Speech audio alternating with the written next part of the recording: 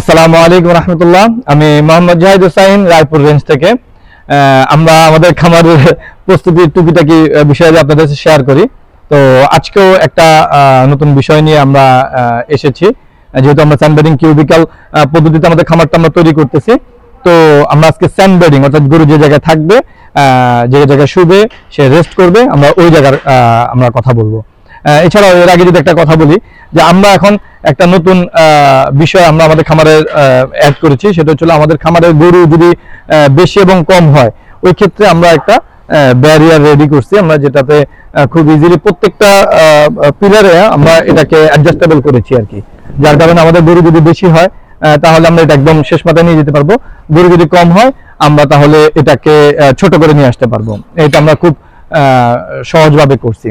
আচ্ছা, স্যান্ডবেডিং এর বিষয়ে যদি আমরা বলতে চাই, স্যান্ডবেডিং মানে যে জায়গায় গরু বালুর মধ্যে ঘুমাবে আর কি, সহজ বাংলায়।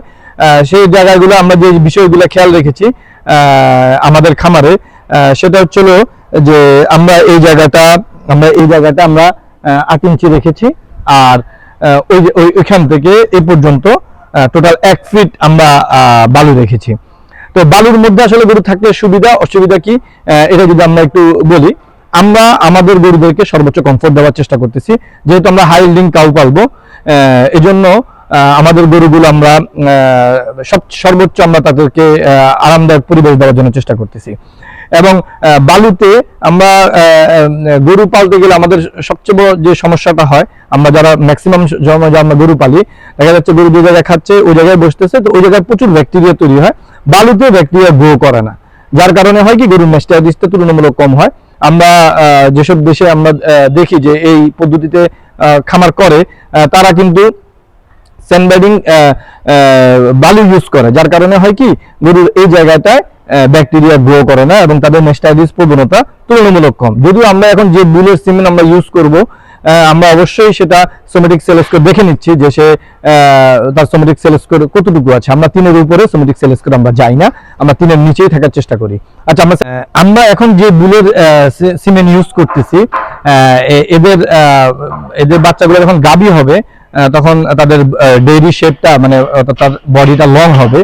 আর এখন আমাদের কাছে যে গরুগুলো আছে সেগুলা তুলনামূলক ছোট এবং মাঝারি সাইজের, যার কারণে আমরা এই ব্যারিয়ারটা ইউজ করেছি, যেটা অ্যাডজাস্টেবল, যেটাকে আমাদের এখন বর্তমানে যেহেতু আমাদের গরুগুলোর সাইজ তুলনামূলক ছোট, আমরা এই জন্য এটা এদিকে নিয়ে আসছি।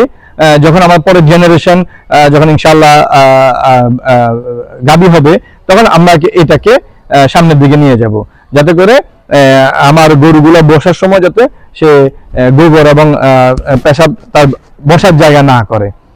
এছাড়াও স্যান্ডবেডিং কিউবিক্যালে আরো অনেকগুলো সুবিধা আছে। আপনি খুব গরু খাওয়া দাওয়া শেষ করে গরু খুব আরামে এখানে সে বসতে পারে, জাবর কাটতে পারে। যেহেতু গরুর দুধ দেওয়ার সাথে গরুর বিশ্রামের একটা বড় বিষয় আমরা মনে করি আর কি। তো ইনশাল্লাহ সামনের টুকিটাকি বিষয়ে আমরা আপনাদের সাথে আরো বেশি কথা বলবো। আশা করি আমাদের খামারটা আপনাদের ভালো লাগছে।